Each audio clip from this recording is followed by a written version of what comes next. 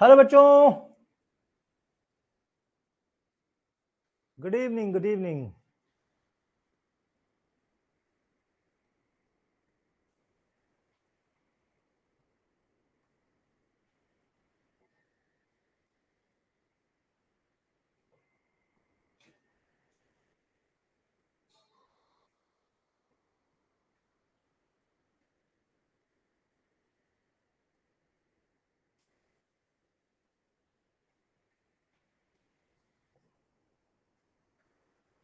चलो भाई स्टार्ट किया जाए।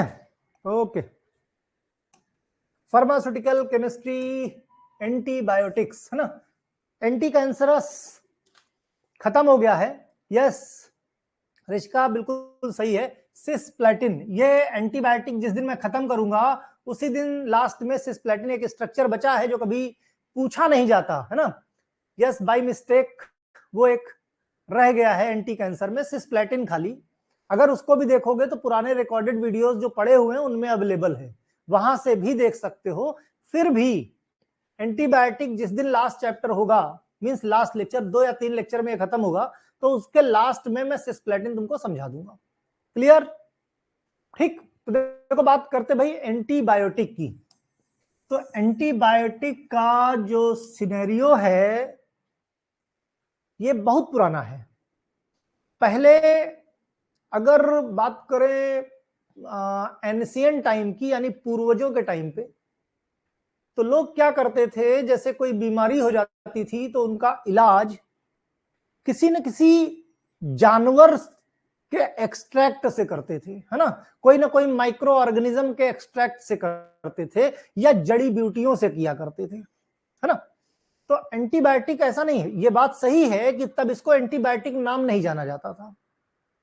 एंटीबायोटिक के नाम से नहीं जाना जाता था, बस ये था कि ये नहीं पता था कि किसी फंगस से भी किसी बीमारी को ठीक किया जा सकता है। लेकिन ये बहुत पहले से चलता चला आ रहा है। और अभी रिसेंटली इंडियन गवर्नमेंट के स्वास्थ्य विभाग ने, है ना, सेंट्रल के स्वास्थ्य विभाग ने एक एडवाइजरी जारी करी थी कि कोई भी डॉक्टर बिना किसी रीजन के किसी को एंटीबायोटिक नहीं प्रिस्क्राइब कर सकता। इस पे मैंने बाकायदे वीडियो बनाया था। होता क्या है कि एंटीबायोटिक से रेजिस्टेंस, मींस आने वाले समय में जो ये अनुमान लगाया जा रहा है कि जैसे पहले के टाइम पे जब एंटीबायोटिक नहीं थी तो लोगों की मौत बहुत ज्यादा होती थी, और जब से एंटीबायोटिक आई एक क्रांति सी आ गई, लोगों का मरना कम हो गया। भाई कोई भी बैक्टीरियल इन्फेक्शन, कोई भी फंगल इन्फेक्शन, किसी भी तरह का कोई इन्फेक्शन अगर लग गया और वो क्रोनिक हो गया तो जानलेवा हो सकता है। भाई टीबी, जब से एंटीबायोटिक आ गई तब से टीबी से मरने वालों की संख्या ना के बराबर शून्य हो गई। बैक्टीरियल बीमारी है तो जाहिर सी बात है ना। तो कहने का मतलब सिर्फ इतना कि अब एंटीबायोटिक से लोग रेजिस्टेंट ज्यादा हो रहे हैं। नई एंटीबायोटिक मार्केट में आना बहुत कम हो गया है। उसके पीछे वजह कि एंटीबायोटिक में जो इंडस्ट्रीज हैं या वेंडर्स हैं उनका जो प्रॉफिट है वो बहुत कम होता है। अब कुछ गवर्नमेंट का टैक्सेशन सिस्टम या जिस हिसाब से वो अपना मैक्सिमम रिटेल प्राइस या सीलिंग प्राइस डिसाइड करते हैं वो उसके पीछे रीजन हो सकता है, बट कोई भी इंडस्ट्री एंटीबायोटिक बनाना नहीं चाहती, है ना। मैं खुद बताऊं कि जैसे मैं एलकेम में जब जॉब करता था तो क्लेवम की बात कर लो, मार्केट में अवेलेबल है। पहले क्लेवम बद्दी, सिक्किम और दमन, है ना, दमन में अमलिया प्लांट है ना, तो उन 3 जगह के नाम से आया करती थी। आज की डेट में जिस भी मेडिकल स्टोर पे जो भी काम करता है क्लेवम सिर्फ और सिर्फ सिक्किम के एड्रेस से आती है। बद्दी का प्लांट बंद हो गया। ये सिर्फ एक की कहानी नहीं, हर जगह की कहानी, क्योंकि इसमें प्रॉफिट कम है। तो इंडस्ट्रीज सिर्फ ये है कि भाई गवर्नमेंट का कंपल्सन है कि बनाना है इसलिए बना रहे हैं। आने वाले समय में क्लेवम 625, क्लेवम 375, क्लेवम 1 ग्राम, क्लेवम एक्सआर, है ना, ये सब मैंने बनाई है। ठीक, एमॉक्सीक्लेव क्लेव और क्लेविनेट पोटेशियम का कॉम्बिनेशन रहता है, तो ये मैंने बना रखी है। ठीक है, कहने का मतलब सिर्फ इतना कि एंटीबायोटिक समय समय पे जब भी, अब आज की डेट का सिनेरियो क्या है, तुमको सर्दी हो, बुखार हो, खांसी हो, तुमको हो, बच्चे को हो, बूढ़े को, डॉक्टर के पास गए, डॉक्टर ने क्या है भाई, या तो सिफिक्सिम लिख दिया या फिर एमॉक्सी लिख दिया, मतलब फिक्स है, उनको एंटीबायोटिक लिखना ही है। अब भाई एंटीबायोटिक काहे में काम करती है? अगर कोई बैक्टीरियल डिजीज है तो उसी में काम करेगी। अब कोई वायरल डिजीज है, वहां पे एंटीबायोटिक का क्या काम है? भाई बैक्टीरियल है या वायरल है तो पहले टेस्ट करो ना। आंख बंद करके डॉक्टर क्या करता है? पहले एंटीबायोटिक, मतलब वो टेस्ट करता है एंटीबायोटिक देके। कोई भी बीमारी हुई एंटीबायोटिक देगा। अगर पेशेंट को राहत नहीं मिल रही, पेशेंट को आराम नहीं मिल रहा है ना, पर पेशेंट को अगर आराम नहीं मिल रहा है तो क्या कर रहे हैं? अब जाके अच्छा एंटीबायोटिक से नहीं ठीक हुआ, अब एंटीवायरल दवाएं ट्राई करते हैं, है ना। अब एंटीवायरल दवाएं ट्राई करते हैं। यस अमन जोशी तुम्हारे डियर, मुझे पता है उत्तराखंड में 6 तारीख से सेकेंड ईयर के और 7 तारीख से फर्स्ट ईयर का पेपर है। मेरे पास भी डेट शीट है माय डियर, काहे परेशान हो। और 7 तारीख को पहला पेपर है तुम्हारा फार्मास्यूटिक्स का और दिन है मंगलवार, राइट, सही है ना। और फिर दूसरा पेपर है 9 तारीख को, और पेपर कौन सा है? Pharmaceutical chemistry. फिर 13 तारीख को, यानी इनकी भी डेट शीट बहुत अच्छी, 13 तारीख को फिर फार्माकोग्नोसी। तुम्हारी डेट शीट है, मॉडल पेपर समय के साथ मिल जाएगा, उसके लिए परेशान होने की जरूरत नहीं है, राइट। यस तो एंटीबायोटिक का ये वर्स्ट सिनेरियो देखते हुए, क्योंकि पेशेंट क्या है, हर पेशेंट एंटीबायोटिक खा रहा है, कुछ भी एंटीबायोटिक खा रहा, तो पेशेंट रेजिस्टेंट हो रहे हैं, जिसकी वजह से हो क्या रहा है कि पेशेंट के ऊपर दवा का असर कम हो रहा है ना। यानी एंटीबायोटिक रहे हो चाहे ना रहे, पेशेंट पे कोई असर ही नहीं हो रहा है। तो इसीलिए अब नई एंटीबायोटिक आ नहीं रही हैं। तो गवर्नमेंट ऑफ इंडिया के हेल्थ डिपार्टमेंट ने बोला कि भाई डॉक्टर जो तानाशाही के साथ एंटीबायोटिक लिख रहे थे, तो प्रिस्क्रिप्शन के पर्चे पे अब उनको रीजन देना पड़ेगा कि उन्होंने एंटीबायोटिक क्यों प्रिस्क्राइब करी, और हर प्रिस्क्रिप्शन के साथ एंटीबायोटिक नहीं दे सकते। यह बहुत बड़ा चिंता का विषय है कि आने वाले समय में पेशेंट एंटीबायोटिक की कमी से फिर से मरना शुरू कर देंगे।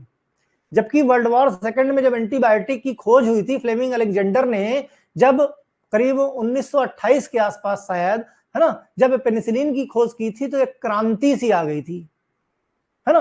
मतलब लोगों का, जैसे कहते हैं ना, जीवनदायी दवा हो गई थी, जीवन एकदम, मतलब मरने वालों की संख्या ना के बराबर हो गई थी।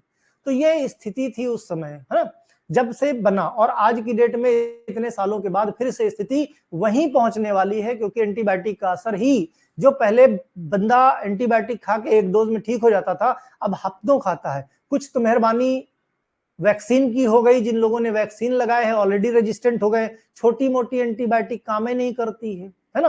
तो कुछ उसकी और कुछ एंटीबायोटिक रेजिस्टेंट, डॉक्टर मेहरबान है। चलो खैर, जो भी सिचुएशन है उसको देखते हैं। ये एक चीज मैं बताऊं, ये जो टॉपिक है पेनिसिलिन, है ना, एंटीबायोटिक, इसमें जैसे penicillin G, amoxicillin, cloxacillin, streptomycin, ठीक, एक कैटेगरी हो गई एंटीबायोटिक की। दूसरी कैटेगरी टेट्रासाइक्लिन एंटीबायोटिक हो गई, डॉक्सीसाइक्लिन, मीनोसाइक्लिन, ठीक। तीसरी कैटेगरी हो गई मैक्रोलाइड, इरिथ्रोमाइसिन, एजिथ्रोमाइसिन। फिर चौथी हो गई मिसलेनियस, जिसमें क्लोरामफेनिकॉल और क्लिंडामाइसिन है।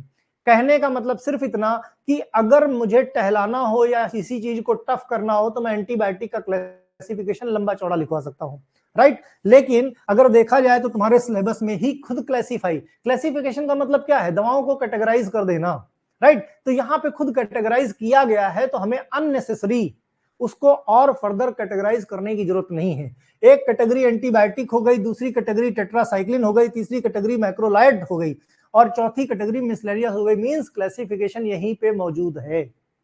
तो चीजों को टफ ना करते हुए बिल्कुल आसान तरीके से क्लासिफिकेशन ही है, और इसी सेम क्लासिफिकेशन को मैंने आगे क्लासिफिकेशन सेक्शन में लिखा है, सिलेबस को ही जस्ट उतार दिया है, राइट। तो कहीं से कंफ्यूज होने की जरूरत नहीं है। हाँ भाई, तो एंटीबायोटिक के बारे में थोड़ा समझने की कोशिश करते हैं। एंटीबायोटिक का हिंदी में मतलब होता है प्रतिजैविक, कहते हैं।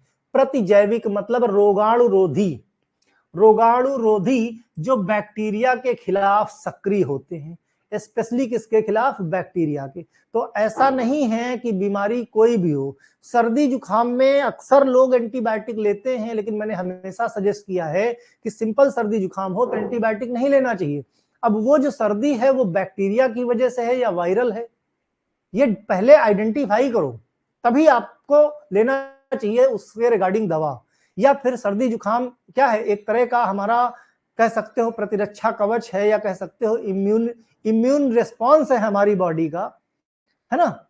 जरूरी नहीं है बेटा साहिल, सिर्फ बैक्टीरिया से ही सर्दी जुकाम नहीं होता, वायरस से भी होता है। कोविड के टाइम पे भी तो सर्दी जुकाम होता था, रेस्पिरेटरी रिलेटेड डिजीज थी। कोविड क्या था, वायरल डिजीज थी कि बैक्टीरियल थी, वायरल डिजीज थी, राइट। तो पहले कंफर्म होना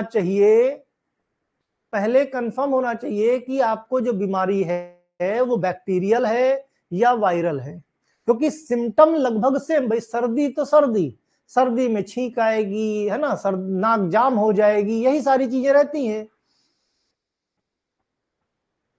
गिरीश कह रहे हैं 70 to 80% from model paper MSBT का पेपर। भाई वाह वाह वीरेंद्र सर, कॉन्ग्रेचुलेशन है, गुड, थैंक्स गिरीश, और मुझे पेपर सेंड कर देना डियर।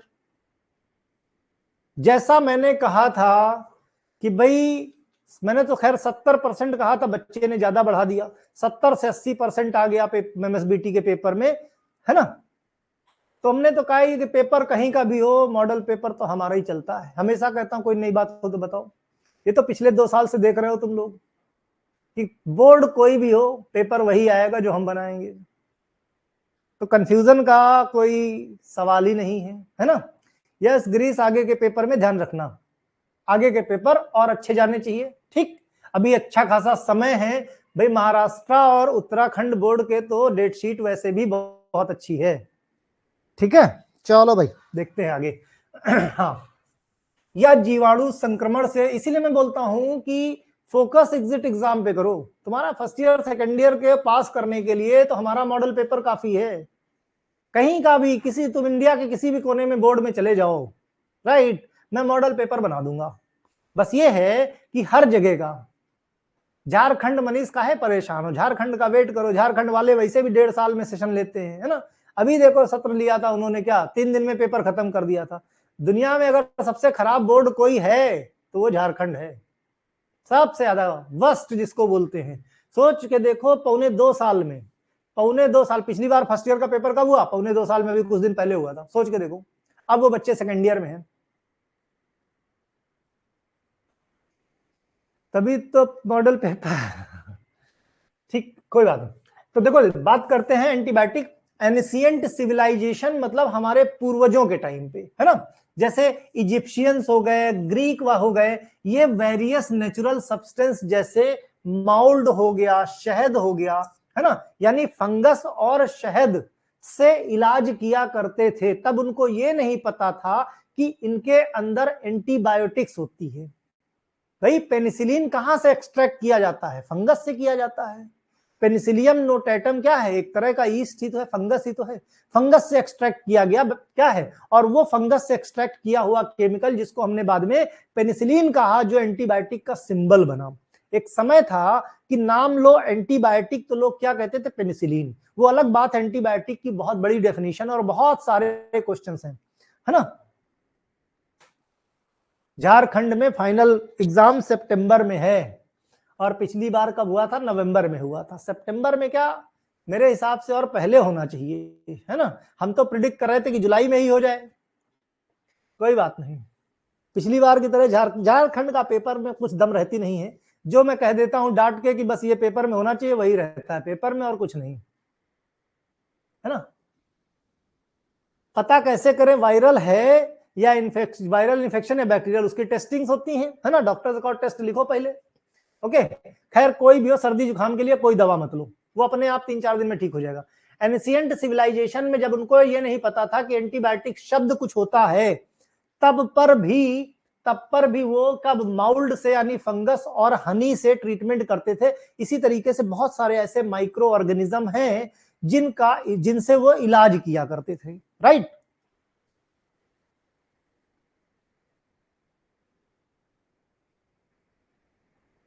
यस, हमेशा से महाराष्ट्र बोर्ड में MCQ plus why this happens, है ना, मींस रीजन बताने वाले क्वेश्चन हमेशा होते, वो हमेशा होते ही है। इसीलिए जब मैंने मॉडल पेपर दिया था तो नीचे की तरफ कुछ प्रिडिक्टेड क्वेश्चन दे दिए थे।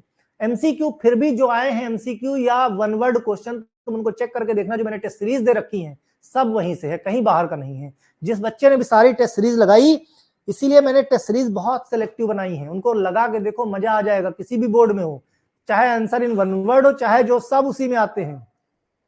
यस, दिव्यांश एमपी बोर्ड में नहीं आते, मुझे पता है। इंडिया में एक ऐसा बोर्ड आरजीपीवी है ना, जो एमसीक्यू नहीं देता है, बाकी सब जगह से देते, बाकी सब जगह आते हैं, राइट। वहां खाली लॉन्ग क्वेश्चन, वो तो यूपी का पैटर्न, यूपी का पीसीआई का पैटर्न भी नहीं फॉलो करते। पीसीआई बोलता 3 नंबर 5 नंबर और 1 नंबर में क्वेश्चन दो।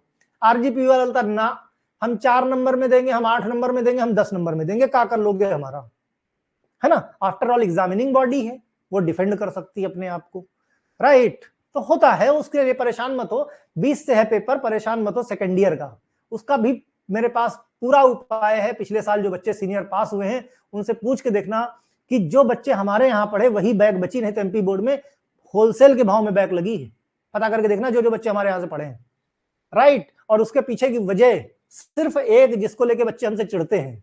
हमारे बच्चों की बैग न लगने का रीजन सिर्फ एक कि मैं नोट्स नहीं देता, मैं पीडीएफ का प्रिंट करने नहीं देता। सिर्फ यही एक रीजन है। बच्चे पास झक मार के लिखते हैं बेचारे, रात रात भर जग जग के लिखते हैं, और फाइनली जब लिखने की आदत आ गई तो एग्जाम में भी लिखेंगे। और जिनको प्रिंट मार के रखे हो वो फिर जंग खाता रहता, धूल मिट्टी खाता रहता, कोई ना पढ़ता। बहुत बच्चे मुझसे चिढ़ते हैं खाली इसी बात को लेकर, सर पता नहीं क्या करेंगे नोट्स रखे। अरे हमें कोई लालच थोड़ी ना है भाई उससे, लेकिन वही जो साल भर तुम चिढ़ते हो, एग्जाम टाइम पे वही काम आता है। हमें कुछ फर्क थोड़ी पड़ता तुम्हारे चिढ़ने से, चिढ़ते रहो। हमें तो फर्क पड़ता है तुम्हारे पास होने से, तुम पास हो जाओ बस, राइट। तो इसलिए और जिनके नोट्स नहीं बने उनका भी तो उपाय मेरे पास है, मत बनाओ। जो मैं होमवर्क देता हूं, होमवर्क दे दे के इतने नोट्स बनवा दूंगा तुमसे तुम्हारे, और वही पेपर में आ जाएगा तुम्हारे, राइट। दिव्यांश तिवारी कह रहा हमारी बैक लगेगी, काहे लगेगी बैक भाई, जब पहले से ही जंग लड़ने के पहले हार जाओगे तो कौन जिता पाएगा, है ना। चलो खैर छोड़ो, ठीक। तो penicillin was the first ever true antibiotic. It was discovered by Scottish bacteriologist Alexander Fleming 1928। वाह, देखो हमने अभी बताया था ना कि 1928 में, यस, लिखने में माइंड में फिक्स हो जाता है। मैंने कहा ना कि मैं टीचर होने के पहले स्टूडेंट था, और मैं बहुत बदमाश टाइप का स्टूडेंट था जिसकी टीचरों ने तारीफ कभी नहीं करी, राइट। लेकिन मैं साल भर पढ़ता जरूर नहीं था, लेकिन मैं नोट्स बना के रखता था, और नोट्स अगर मेरे बने हैं अपने हाथ से लिखे, तो जाहिर सी बात सिर्फ एग्जाम टाइम पर रिवीजन करना पड़ता था। चलो खैर, देखो मैंने अभी जस्ट बताया था कि 1928 में अलेक्जेंडर फ्लेमिंग ने 1928 में अलेक्जेंडर फ्लेमिंग ने क्या किया था, वो एंटीबायोटिक की डिस्कवरी करी थी, जो कि फैक्ट ये है कि एक्सीडेंटली डिस्कवर हो गई थी। ये तो ईस्ट पे यानी फंगस पे काम कर रहे थे, फंगस पे काम कर रहे थे।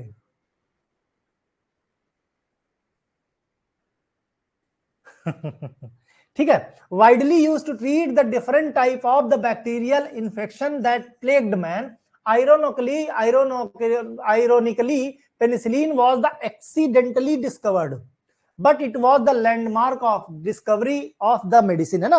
तो भाई एक्सीडेंटली डिस्कवर हो गई, लेकिन डिस्कवर एक्सीडेंटली कहते हैं ना, खोटा सिक्का बहुत महंगा चलता है। तो बाई मिस्टेक डिस्कवर हो गई, लेकिन डिस्कवर होने के बाद पेनिसिलिन क्या एक लैंडमार्क हो गई, और पेनिसिलिन के नाम से जाना जाने लगा, right. Penicillin is required from mold called the Penicillium notatum, also known as Penicillium chrysogenum। ये स्पीसीज है, मीन्स ये जो फंगस है पेनिसिलियम नोटेटम, इसी से एक्सट्रैक्ट किया गया, इसी से निकाला गया पेनिसिलिन, राइट। उसके बाद भाई 1928 में ये आया, और मैंने आपको जब सल्फोनामाइड पढ़ाया था तो हमने कहा एंशिएंट टाइम पे सल्फोनामाइड भी आया।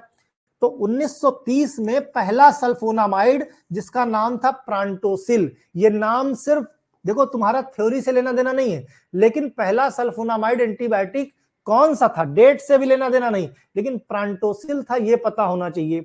1928 में अलेक्जेंडर फ्लेमिंग ने पेनिसिलिन की डिस्कवरी करी ये पता होना चाहिए। फर्स्ट एवर ट्रू एंटीबायोटिक कौन सी थी? पेनिसिलिन थी। किसने डिस्कवर की थी? अलेक्जेंडर फ्लेमिंग ने की थी। कब की थी? 1928 में करी थी। ये चीजें थोड़ी बहुत MCQ, fill in the blanks, answer in one word के पॉइंट ऑफ व्यू से आपको पता होनी चाहिए, राइट। तो sulphonamide antibiotic became the first commercially available antibacterial drug. अब एक्सीडेंटली पेनिसिलिन डिस्कवर तो हो गई, लेकिन पहली बार मार्केट में कॉमर्शियलाइज हुई सल्फोनामाइड की एंटीबायोटिक। लेकिन एंटीबायोटिक में साइड इफेक्ट इतने ज्यादा थे कि एंटीबायोटिक क्या किया गया, सल्फोनामाइड में साइड इफेक्ट इतने ज्यादा थे कि सल्फोनामाइड को बैन करना पड़ा। कुछ एक सल्फोनामाइड आज भी मार्केट में है और उसकी जगह ले ली फुल फ्लैशिड फॉर्म में एंटीबायोटिक ने। बाकी 1940 से 1960 का जो टाइम था, 1940 से 1960 का जो टाइम था, उसको गोल्डन एज ऑफ एंटीबायोटिक बोलते हैं, क्योंकि नई नई एंटीबायोटिक डिस्कवर हुई थी। तो जो लोग बैक्टीरियल डिजीज से मर रहे थे वो सब एंटीबायोटिक लेने के बाद बचना शुरू कर दिए, सब एक तरफ से। तो जब बच रहे हैं तो साइंटिस्ट का भी मोरल हाई होता है, नई नई रिसर्च कर रहे थे, गवर्नमेंट भी फंड दे रही थी, नई नई रिसर्च लैब डेवलप हो रही थी, नई नई एंटीबायोटिक्स रिसर्च में आ रही थी, उनके क्लिनिकल ट्रायल्स हो रहे थे और लोगों के ऊपर क्या है एप्लीकेबल हो रहे थे। तो कहने का मतलब एक गोल्डन एज जिसमें सबसे ज्यादा एंटीबायोटिक डिस्कवर हुई, डेवलप हुई। उसके बाद कहते हैं ना हर आदमी का हाई आता है फिर लो आता है, या पहले लो, किसी किसी का पहले ही इतना लो आ जाता है कि फिर बचा हुआ टाइम हाई में चला जाता है। तो इनका एक गोल्डन एरा था, है ना, 20-22 साल का, कि जिस टाइम पे एंटीबायोटिक का गोल्डन एज अगर पूछा जाए तो 1940 यानी 40 से 60 का जो टाइम था 20 साल का, ये गोल्डन एरा बोलते हैं एंटीबायोटिक का, है ना। तो इस तरीके से भाई एंटीबायोटिक की कहानी है। अब बहुत ज्यादा एंटीबायोटिक में चैलेंज क्या, एंटीबायोटिक के लिए चैलेंज सिर्फ एक कि भाई कुछ दिन तक एंटीबायोटिक लेने के बाद पेशेंट क्या हो जाता है, रेजिस्टेंट हो जाता है। ओके, अब सीधा बात करते हैं केमिस्ट्री की है, तो बहुत डिटेल में हमें चाहिए नहीं। केमिस्ट्री में पूछा जाए शॉर्ट नोट ऑन एंटीबायोटिक तो थोड़ा सा एंटीबायोटिक के बारे में लिख दो और उसके बाद डायरेक्टली आ जाओ क्लासिफिकेशन पे। बात करते हैं क्लासिफिकेशन। जो मैंने बताया beta lactam antibiotic, penicillin G बोलते हैं बेंजाइल पेनिसिलिन को, जो मैंने सिलेबस में बताया था, penicillin G, amoxicillin, cloxacillin. Aminoglycosides में है स्ट्रेप्टोमाइसिन, टेट्रासाइक्लिन में है tetracycline, doxycycline, minocycline. Macrolide antibiotic में है इरिथ्रोमाइसिन, एजिथ्रोमाइसिन। मिसलेनियस में है क्लोरामफेनिकॉल और क्लिंडामाइसिन। इसमें जो एमॉक्सिसिलिन है और क्लोरामफेनिकॉल है, इस दोनों के ऊपर स्टार मार्क दिया है। अमित देखो इतना बड़ा मैसेज पढ़ना मेरे लिए संभव नहीं है लाइव क्लास में डियर, कि 4-6 लाइन की किताब लिख दो और कहो सर जी वो मैसेज पढ़ के जवाब दो, ये संभव नहीं है ना। कम शब्दों में लिखो, नजर के सामने स्क्रीन में दिख जाएगा तो जरूर जवाब मिल जाएगा। ठीक, क्लियर। या फिर जिसको अर्जेंट बात करनी हो, मैंने नंबर ऑलरेडी दे रखा है, दिन में 10 से 11 के बीच में कोई भी तुम्हें अगर डाउट है तो आप बात कर सकते हो। क्लियर है ना। तो भाई क्लासिफिकेशन की बात, ये क्लासिफिकेशन कहां से आया है, ये क्लासिफिकेशन तुम्हारे सिलेबस में एज सच दिया हुआ है। ठीक, हाँ भाई, अब बात करते हैं एमॉक्सिसिलिन की। किसकी? एमॉक्सिसिलिन की। भाई चलो एमॉक्सिसिलिन देखते हैं। ये प्रीवियस में था, भाई बच्चे कंफ्यूज होते हैं इसलिए मैं प्रीवियस फोटो भी लगा देता हूं कि भाई देख लो। अब ये किस कैटेगरी की है, एंटी क्या है, बीटा लैक्टम कैटेगरी की है, बीटा लैक्टम कैटेगरी की है, राइट। तो बीटा लैक्टम कैटेगरी क्या होती है ये चीज भी समझना जरूरी है ना। अब देखो पहले बनाओ, देखो ध्यान से बनाओगे तो बन जाएगा। पहले लिखो सल्फर, लिखते चलो इसको, कंफ्यूज नहीं होना, ठीक है। 5 मेंबर्ड रिंग है, इसको बोलते हैं थायाजोलिडिनोन। क्या बोलते हैं? थायाजोलिडिनोन, ठीक है। इस तरफ इसके CH3 लगा दो, ठीक। अब यहां पे COOH लगाओ, राइट। इधर पे ऐसे स्क्वायर बना दो, डबल बॉन्ड O लगा दो, ठीक। यहां पे NH लगा दो, यहां पे C डबल बॉन्ड O लगा दो, यहां पे R लगा दो। इसको बोलते हैं टिपिकल या बेसिक स्ट्रक्चर ऑफ पेनिसिलिन।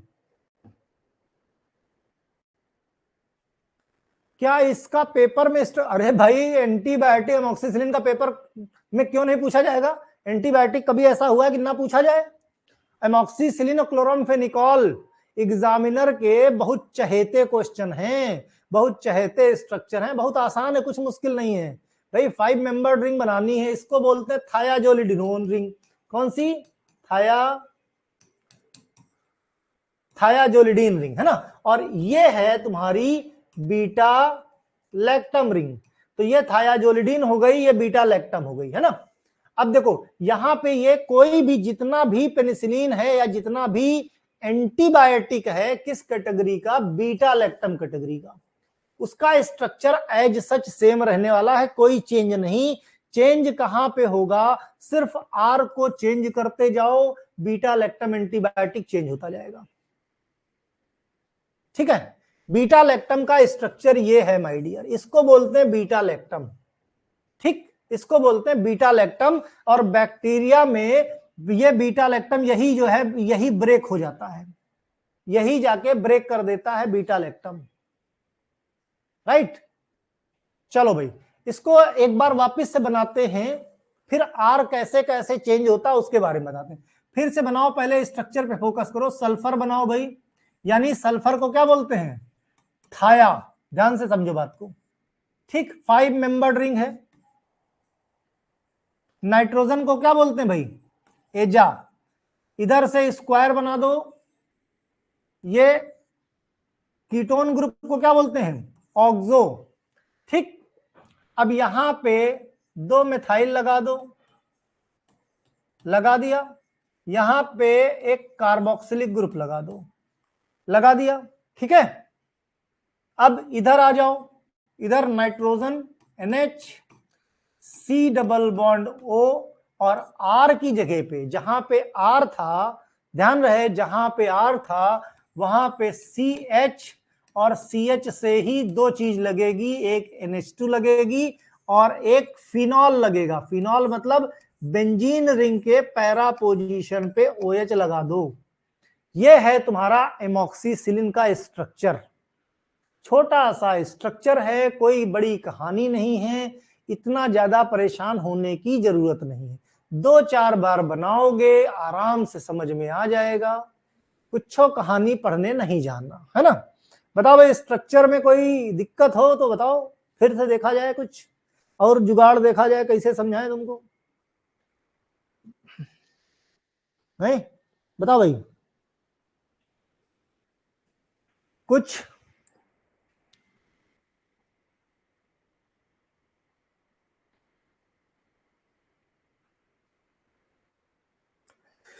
अरे हाँ ना, कुछ तो बोल भाई, समझ समझ में आवा कि नहीं?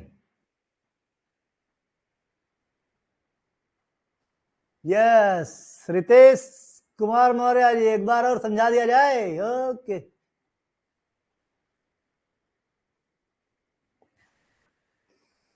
कीटोन को ओन लिखते हैं, एरोमेटिक में हेटेरोसाइक्लिक केमिस्ट्री है। ऑक्सीजन को ऑक्सा और कीटोन को ऑक्सो बोलते हैं। ये ऑर्गेनिक केमिस्ट्री ना है भैया, ये कीटोन ना है, ये है ऑक्सो। ठीक है, ओके चलो भाई बनाओ हमारे साथ, बिल्कुल मजे में। पहले क्या बनाओगे? सल्फर। भाई बचपन में इस तरह का घर बनाते थे कि नहीं, बताओ पहले। ये घर है, यहाँ पे दरवाजा है ना, दरवाजा खिड़की इस तरह कुछ बनाया करते थे कि नहीं है? ठीक, तो उसी तरह 5 मेंबर्ड रिंग बनानी है भाई। इस 5 मेंबर्ड खोपड़ी पे सल्फर लगा दो। ठीक, और इधर बॉटम साइड पे एक तरफ नाइट्रोजन लगा दो। क्लियर? मेरे साथ साथ बनाओ, कंफ्यूजन नहीं होगा। इस तरह एक क्या करो, एक स्क्वायर बना दो। क्या बनाओ? एक स्क्वायर बना दो। इतना बना दिए, अब इसकी कहानी थोड़ी पूरी कर दो। इधर इसके एक शोल्डर पे क्या कर दो? 2 मिथाइल ग्रुप लगा दो, और इधर भाई खाली का है, छोड़ोगे, इधर कार्बोक्सिलिक एसिड लगा दो, यानी एसिडिक ग्रुप। ठीक, अब जब तुमने ये स्क्वायर बनाया है तो डबल बॉन्ड कीटोन लगा दो इधर। क्लियर है? अब यहां पे इसको जोड़ो नाइट्रोजन से, क्योंकि मजबूत जोड़ होना चाहिए ना। नाइट्रोजन के बाद कीटोन ग्रुप होता है, कीटोन के बाद आर होता था, याद करो। तो आर हटा के यहां पे हम CH के साथ दो चीजें लगा देंगे, एक ऊपर अमीनो ग्रुप लगा देंगे और इधर हम फिनॉल लगा देंगे, मतलब बेंजीन रिंग के साथ यहां पे OH लगा देंगे, जिसको बोलते हैं फिनॉल। ये है तुम्हारा एमॉक्सिसिलिन का स्ट्रक्चर। अब बताओ, अब की समझ में आया कि फिर समझाएं? बताते जाओ, तुम जितने बार बताओगे, और बस इतना करो कि जितने बार मैं बनाऊं उसका डबल तुम बनाओ, है ना। देखते हैं कैसे समझ में ना आता, इसकी ऐसी की तैसी कर देंगे। कोई जल्दी नहीं है, आखिरी चैप्टर पूरी फार्मास्यूटिकल केमिस्ट्री खत्म हो गई तुम्हारी, है तो तब तक नहीं जाना है। बताओ भाई, रितेश बताओ समझ में आया कि नहीं? पीहू ने बताया भाई तुम उसके जूनियर हो।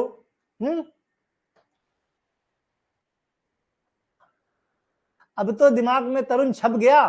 Good good good good, clear है? ओके, आ गया ना? ठीक। देखो मैंने क्या कहा, जब तक नहीं आएगा, अभी एक आध बार तो चलते चलते हम वैसे बना देंगे, आदत में है हमारी, है ना। अब चलो करते हैं इसकी नंबरिंग। क्या करते हैं? नंबरिंग। नंबरिंग में हाइड्रोसाइक्लिक में हमने 3 वीडियो बनाए थे, यूनिट नंबर 4 में बताए थे, जिसमें नियम कानून बताए कि हाइड्रोसाइक्लिक का IUPAC कैसे करना, जो तुम लोग देखते नहीं हो, है ना। तुम लोग देखते नहीं हो। उसमें बताया कि भाई नाइट्रोजन को प्रेफरेंस ज्यादा दिया तो 1 2 3 4 5 6 और ये 7। ठीक है, हो गई कहानी, नंबरिंग हो गई पूरी। नंबरिंग हेट्रो एटम है, प्रियोरिटी है तो है, और दूसरा हेट्रो एटम नजदीक कहां से आएगा? इधर से आएगा, राइट। तो हम इधर से चले, 1 2 3 4 5 6 7, यहां तक ठीक। अब ध्यान से देखने वाली बात यह है, पढ़ाते पढ़ाते यार नुकसान ना हो जाए। देखो ध्यान से, ये जो स्ट्रक्चर है, ये इस स्ट्रक्चर को बोलते हैं पेनिसिलैनिक एसिड। क्या बोलते हैं? पेनिसिलैनिक एसिड, या फिर इसको बोलते हैं पिनैम। क्या बोलते हैं? पिनैम। ठीक। तो अब हम दो तरीके से इसका डिटेल में नॉमेनक्लेचर, शॉर्ट में। जिसको केमिस्ट्री समझ में आए डिटेल में देख लेना, ना समझ में आए तो शॉर्ट में। अब देखो इतनी कहानी पूरी हो गई, तो बचा क्या भाई? छठी पोजीशन पे जो सब्स्टिट्यूशन है उसकी बात करते हैं। अब ध्यान से देखो, यहां पे भी कार्बन की चेन है, यानी यहां पे भी नंबरिंग करनी पड़ेगी। तो 1 और 2 नंबरिंग। दूसरे नंबर कार्बन से देखो, एक तो अमीनो ग्रुप अटैच्ड है और ये ग्रुप अटैच है, तो OH कहां पे अटैच होगा? इसका मतलब जितनी रिंग होती है उतनी तो नंबरिंग करना हमारी मजबूरी होती है, जितनी रिंग होगी तभी हम बता पाएंगे कि चौथी पोजीशन पे OH है, राइट। अब शुरू करो भाई, छठी पोजीशन पे जितना सब्स्टिट्यूशन है इसको हम शुरू करेंगे इस तरफ से। ठीक, तो लिखो भाई 6 ब्रैकेट में कर दो, ब्रैकेट कर दो खोल के। इस दूसरे कार्बन, भाई छठी पोजीशन से चले तो इस दूसरे नंबर कार्बन पे 2 सब्स्टिट्यूशन है, 2 अमीनो और दूसरी पोजीशन पे ये। तो पहले लिखो भाई 2 अमीनो, है ना। इसी दूसरी पोजीशन से ये अमीन ग्रुप है, इसलिए 2 अमीनो हो गया।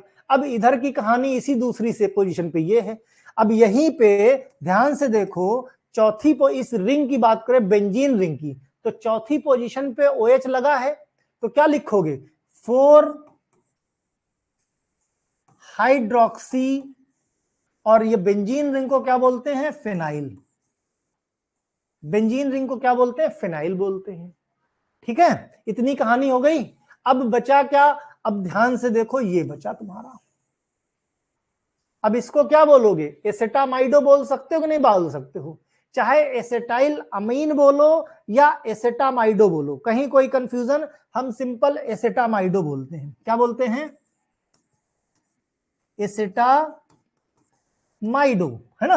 भाई अमाइड क्या था? याद करो भाई, CH3C डबल बॉन्ड ONH2, इसको क्या है? एसेटामाइड ही तो बोलते थे।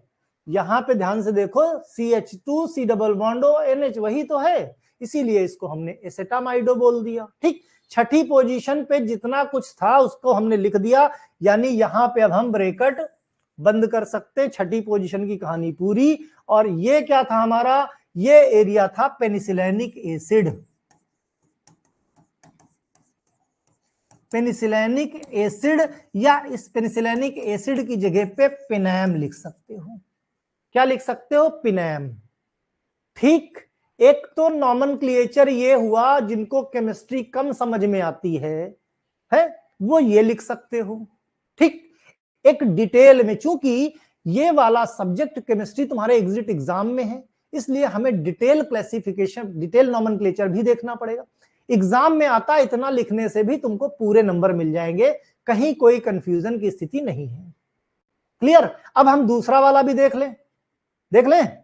चलो भाई, दूसरा वाला भी देख ले। तो इसको मिटा दें भाई उसके लिए, फिर तभी तो दूसरा वाला देखेंगे।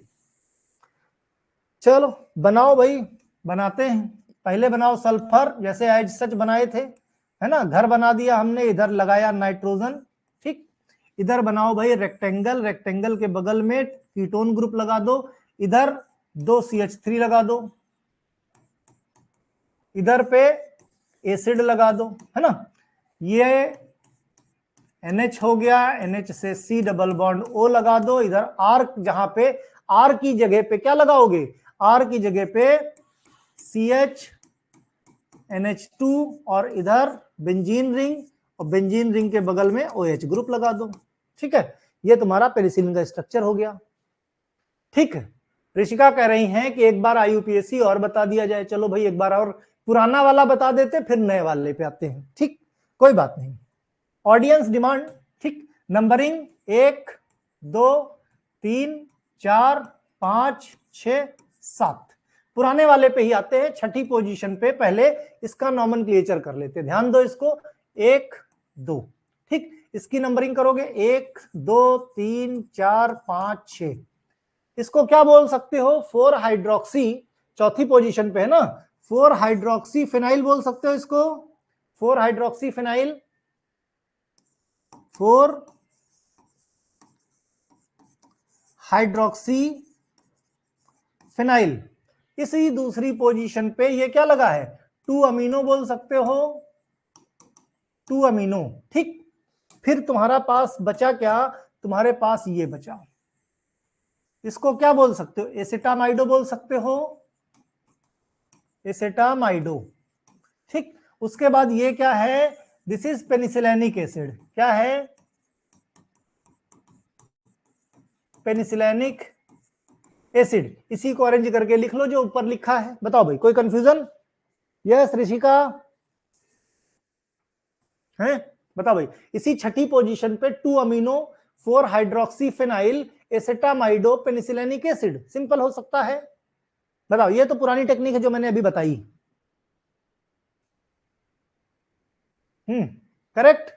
अब आते हैं नए वाले पे, जो और डिटेल में है, और डिटेल में है, उसकी बात करते हैं। उसकी भी जो बात करेंगे भाई, हमने क्या किया? केवल अंतर रहेगा इसमें, पेनिसिलिनिक एसिड को ओपन करके हमें IUPAC लिखने हैं। अब क्या लिखोगे? पुराना हिसाब किताब वही रहेगा भाई, नॉमेनक्लेचर भी वही रहेगा। छठी पोजीशन पे क्या लगा है तुम्हारा? छठी पोजीशन पे पहले देखो, इधर दूसरे पे अमीनो लगा है तो 2 अमीनो, इसी दूसरे पे अमीनो लगा है तो 2 अमीनो हो गया। ठीक, इसी दूसरे पे ये बेंजीन के साथ हाइड्रोक्सी लगा है, 4th पोजीशन पे क्या लिख दोगे? 4 हाइड्रोक्सी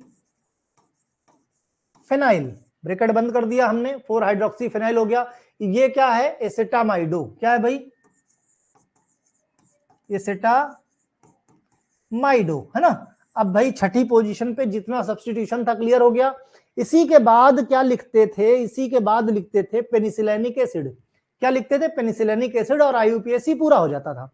नए सिनेरियो में क्या करेंगे? अब ध्यान से देखो, नए सिनेरियो में इसको पेनिसिलिनिक एसिड का हम नॉमेनक्लेचर करेंगे।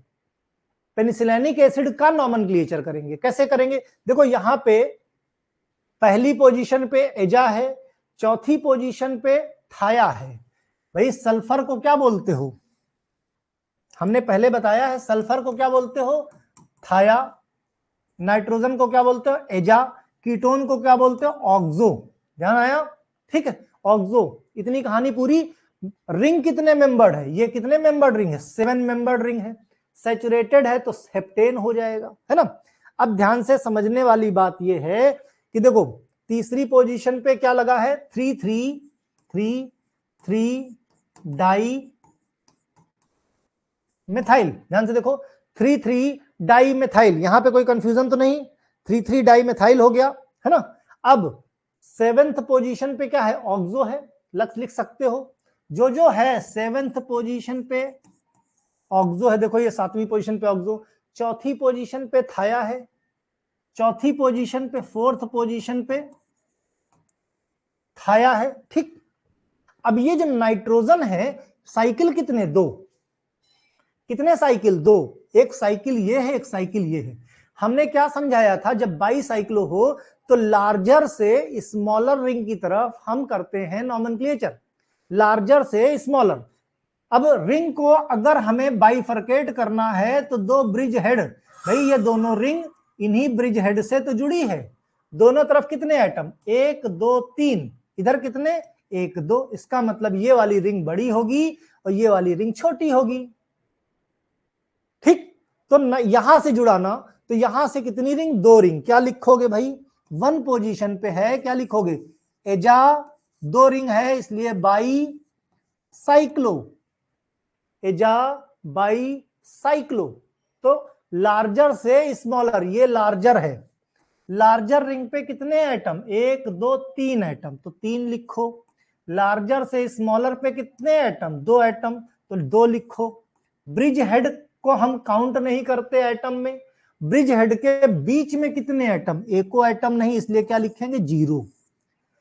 तो ये हो गई रिंग की कहानी, है ना, 0। अब बचा क्या, बचा क्या, ध्यान से, 7 मेंबर्ड रिंग, 7 मेंबर्ड 7 एटम है, तो क्या लिखोगे, हेप्टेन, क्या लिखोगे, हेप्टेन। दूसरी पोजीशन पे लगा है कार्बोक्सिलिक एसिड,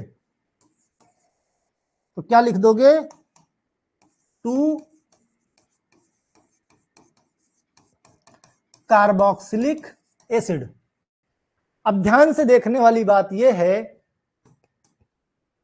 ये तुम पर निर्भर है कि ये जो हमने लिखाया है व्हाइट कलर से, चाहे तो ये डिटेल में लिख लो या इसकी जगह पेनिसिलिनिक एसिड लिख दो, बस जानकारी होनी चाहिए डिटेल में कि भाई कीटोन को ऑक्सो बोलते हैं, सल्फर को थाया बोलते हैं, नाइट्रोजन को एजा बोलते हैं, 2 रिंग हैं तो बाईसाइक्लो बोलते हैं, और रिंग का आईयूपीएसी हमेशा लार्जर से स्मॉलर करते हैं, ये हम पहले भी डिस्कस कर चुके हैं। लार्जर, भाई 2 रिंग हैं तो कैसे पता चलेगा, बीच का कुछ तो होगा, तो ब्रिज हेड डिसाइड करो, ब्रिज हेड के आइटम काउंट नहीं होते। ब्रिज हेड के अलावा लार्जर पे कितने आइटम है बताओ भाई, 1 2 3 आइटम है, तो 3 लिख दिया। स्मॉलर पे कितने आइटम, ये 2 आइटम, तो 2 लिख दिया। ब्रिज हेड के बीच में कोई आइटम नहीं, इसलिए 0 लिख दिया। पेनिसिलिनिक एसिड ठीक है, बिल्कुल ठीक है। मैंने क्या कहा, इस चीज को लेके हम आगे तक जाते हैं, आगे तक जाते हैं, कुछ कहानी नहीं, केवल डर बैठा है। बताओ, सिर्फ इसका नॉमेनक्लेचर है पेनिसिलिनिक एसिड का, जितना सफेद से लिखा है, 3,3 डाई मिथाइल लिखा, ध्यान समझो, 3,3 डाई मिथाइल। अब 7वीं पोजीशन पे कीटोन है तो ऑक्सो लिख दिया, चौथी पोजीशन पे सल्फर है तो थाया लिख दिया, है ना। अब पहली पोजीशन पे नाइट्रोजन के साथ 2 रिंग हैं तो एजा बाईसाइक्लो लिख दिया। बड़ी रिंग पे 3 एटम, छोटी रिंग पे 2 एटम, और ब्रिज हेड के बीच में 0। 7 एटम है, 7 मेंबर्ड है, तो 7 मेंबर्ड को लिखा हेप्टेन, और दूसरी पोजीशन पे कार्बोक्सिलिक एसिड। लॉन्ग है, शॉर्ट है, सब ठीक। एज ए टीचर तुमको दोनों चीजें बताना मेरा फर्ज है, बट एग्जाम में आए तो पेनिसिलिनिक एसिड या पिनैम लिख के काम तुम्हारा चल जाएगा। लेकिन अगर कोई कभी पूछता है कि भाई ये नॉमेनक्लेचर भी होता है, तो तुम्हें ये नहीं होना चाहिए, ये नहीं होना चाहिए कि हमको तो हमारे सर ने ये बताया ही नहीं। यस, एक लाइन में ही है, सिर्फ इसको ओपन करना है। 7 ऑक्सो 4 थाया 3,3 डाई मिथाइल, 7 मेंबर हैं तो हेप्टेन होगा, दूसरे पे कार्बोक्सिलिक एसिड, बात खत्म। कुछ नहीं, है ना। ठीक, तो कहने का कोई परेशानी वाली बात नहीं है, तुम्हें जितना समझ में आता है उतना लिखो। ठीक, इसकी प्रैक्टिस दोनों तरीके से करना, बाकी रिमेनिंग हम लोग कल यहीं से शुरू करेंगे, फिर से एमॉक्सिसिलिन से, जब तक ना समझ में आ जाए। मान लिया एग्जाम में 5 नंबर में आ जाए, ना लिख पाओ, क्या फायदा। इसकी प्रैक्टिस मेरी क्लास खत्म होने के बाद भी करना, है ना, करना, और कल फिर बताना कि ये सही है कि वो सही है, मतलब कौन सा तुम्हें लिखना, तुम दोनों लिख सकते हो।